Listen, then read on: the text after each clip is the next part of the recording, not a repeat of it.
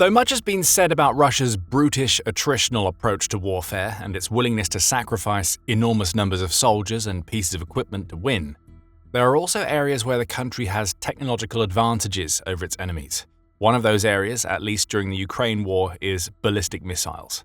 Russia has them, Ukraine doesn't. Or more accurately, Ukraine didn't. That's all changed as Ukraine has developed a weapon that will allow it to conduct more deadly strikes against Russia than ever before. And that weapon isn't in the concept or design phase anymore. Ukraine has just unleashed its first ballistic missile, and there's nothing that Russia can do to stop the storm that lies ahead. That missile is called the Sapsan. And Ukrainian President Volodymyr Zelensky has confirmed that the Sapsan has taken flight. On December 11th, United 24 media reported on comments made by Ukraine's president that suggest that Ukraine has not only completed the development of its Sapsan ballistic missile, but is actively using it in strikes against Russia. Ukraine is already using the Neptune, the long-range Neptune, the Palyannitsia, the Flamingo, and also the Sapsan. I'll be honest, we've begun using it, Zelensky said, as he reeled off a laundry list of long-range drones and missiles Ukraine has been using to devastate Russian targets. It's the Sapsan that will grab all of the headlines, as little is known about this new missile, and nobody knew that Ukraine had finished development before Zelensky made his comments. However, Ukraine's president essentially allowed this purposeful slip of the tongue to stand on its own, as he added that he had no intention of providing Russia with any more information than the revelation that the Sapsan is in play. We don't want the enemy to know all the precedents and all the details, Zelensky explained, which is a smart approach for Ukraine. After all, Ukraine has been burned by allowing Russia to learn too much about what it's doing in the past. The Royal United Services Institute, or RUSI, highlighted this in a 2024 article, where it examined the various issues that led to Ukraine's 2023 counteroffensive against Russia failing to achieve anywhere near the gains that were expected of it. Perhaps the biggest of those issues was that the assaults Ukraine planned were spoken about extensively, with operational security being so lax that Russia knew where Ukraine intended to strike, and even when it was to launch its counteroffensive. Russia was able to track Ukraine's units and organize its defenses to mitigate the impact of Ukraine's advances. Ukraine learned a powerful lesson in 2023. And it's a lesson that Ukraine is taking to heart in 2025 as it drip-feeds information about its new ballistic missile to the public. Zelensky himself hinted at this, adding to his earlier comments about not wanting Russia to know the details of how and when Ukraine has used the Sapsan by stating, "There are many cases when our enemy believes a strike was carried out with a Neptune, and let them continue thinking that." Again, this is a smart strategy for several reasons. If Russia thinks that a weapon it already knows a fair amount about is responsible for recent strikes on its territory, then it may have no motivation to conduct more thorough investigations on the weapons that Ukraine used. Plus, by refusing to share any information about where the Sapsan has been used, Ukraine offers no clues about the types of targets it will use the missile to strike. That means Russia can't know exactly where it needs to place its already stretched air defenses, which raises the possibility of future Sapsan success. Or as Euromaidan Press puts it in its report on Zelensky's comments, Ukraine is taking advantage of the fog of war to ensure Russia's responses to the Sapsan are as weak as possible. Ukraine's Ministry of Finance reveals that Russia has already lost 1,253 anti-aircraft warfare units since Putin launched his invasion, which suggests a shortage in equipment that could be used to counter the Sapsan. Ukraine has already punched holes in Russia's defenses, and it now intends to take advantage of those holes with its new ballistic missile. However, Zelensky's ambiguity also raises questions. Chief amongst those questions is Zelensky telling the truth about Ukraine's Sapsan use. The War Zone, or TWZ, suggests that there is a possibility that Zelensky is trying to trick Russia into thinking that Ukrainian ballistic missiles are a new threat that Putin will have to handle in his home territory. With that in mind, we should also consider the possibility that the Sapsan has not actually been used in combat. The outlet says of Zelensky's claim that he's happy to allow Russia to mistakenly think that Sapsan strikes are being conducted using Neptune missiles. So far, there doesn't seem to be any confirmed evidence of wreckage from impact sites in Russia, although the Russian Ministry of Defense has previously claimed that it successfully shot down examples of Ukrainian ballistic missiles over Crimea, the outlet adds. That's an interesting wrinkle, though the claim that TWZ refers to appears to come from May 2023. Ukraine didn't have access to Sapsan at that time, at least not that we know of. Novaya Gazeta says that Russia claimed that the projectiles it shot down were Hrim-2 ballistic missiles, which is an important piece of information, as you'll learn in a moment. However, there is no confirmation from Ukraine that these missiles were used, so this incident seems to be a tale of two stories. Who you believe is up to you. Still, the ambiguity and uncertainty are exactly what Zelensky wants to create with his comments. If Ukraine hasn't actually started using the Sapsan, it may be enough to make Russia believe that it is. Putin's forces likely have ideas about which targets Ukraine might want to strike if it got its hands on ballistic missiles. Air defenses could be moved to those targets and away from others that are actually in Ukraine's crosshairs. So whatever the truth may be about Sapsan, Ukraine wins either way. Either it's using a ballistic missile in successful strikes against Russia, or it's faking the use of that missile, which opens up opportunities elsewhere. Let's assume that we can take Zelensky at his word. The Sapsan has already started raining down on Russian targets, and Russia has no idea that it's being used, and even fewer ideas about how to stop it. The next and obvious question that needs to be asked is, what is Sapsan capable of doing? Earlier we mentioned that Russia's claims about shooting down 2 Hrim-2 missiles over Crimea would be important. That's because this missile is very closely related to the Sapsan, EWZ reports. The outlet says that Hrim-2 was the product of a Ukrainian ballistic missile program that dates back to the late 2000s, with the missile having originally been developed as an export version of what would become the Sapsan. After Russia annexed Crimea in 2014, Ukraine accelerated the production of the Hrim-2, and it seemed to be getting close to turning the missile into a viable option by the close of the 2010s. In 2018, Ukraine completed a test on a rocket motor that TWZ claims had been incorporated into the Hrim-2's design. A year later, a Ukrainian military parade revealed the existence of a 10-wheeled transporter erector launcher capable of holding 2 of the missiles. However, it's still unclear if that launcher was the finished article or a mock-up of what Ukraine eventually intended to use. Beyond that, all we have is speculation about the Hrim-2. Russia claimed to have shot 2 of the missiles down over Crimea, as we've already explained.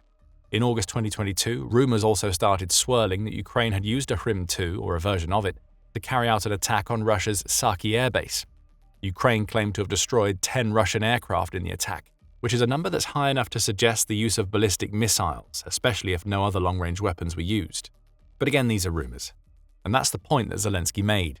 Ukraine doesn't want Russia to be certain about anything when it comes to the Sapsan or the missile on which it was likely based. As for Sapsan itself, Ukraine's latest version of the ballistic missile started gathering attention during the summer of 2025. In June, United 24 media announced that Ukraine had officially announced the existence of the Sapsan for the first time, having previously made passing references to its existence.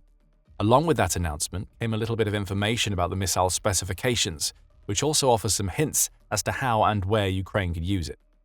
The first piece of information is that the Sapsan's warhead weighs 480 kilograms, or roughly 1,058 pounds. That alone makes it one of the most powerful weapons in Ukraine's arsenal, though this warhead's weight isn't so massive that no other Ukrainian weapon can match it. Some of Ukraine's domestically produced weapons even exceed this warhead weight. For instance, the Flamingo, which is a hybrid between a drone and a cruise missile, carries a warhead that weighs over twice as much as the one believed to be used in the Sapsan. The Flamingo's warhead weighs in at 1,150 kilograms, or about 2,535 pounds, though that doesn't take away from the Sapsan's impressive potential. Sticking with this comparison, the Sapsan's range is also shorter than the Flamingo's.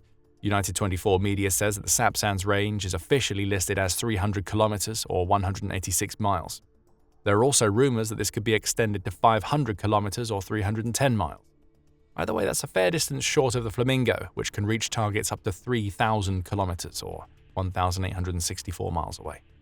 Putin's Kremlin cronies in Moscow will also breathe a sigh of relief, as the Sapsan's range means that it's unlikely to be capable of hitting Russia's capital city, at least not yet. By now, you may be starting to wonder what makes the Sapsan so special for Ukraine. After all, it appears that the country already has a cruise missile that hits harder and travels further, so why would it need a ballistic missile at all? We'll dive deeper into that question later in the video, but the Sapsan's biggest trump card when compared to the Flamingo is very clear: speed. United 24 media says that the Sapsan is capable of traveling at speeds that exceed 5,000 kilometers, or a little over 3,100 miles per hour.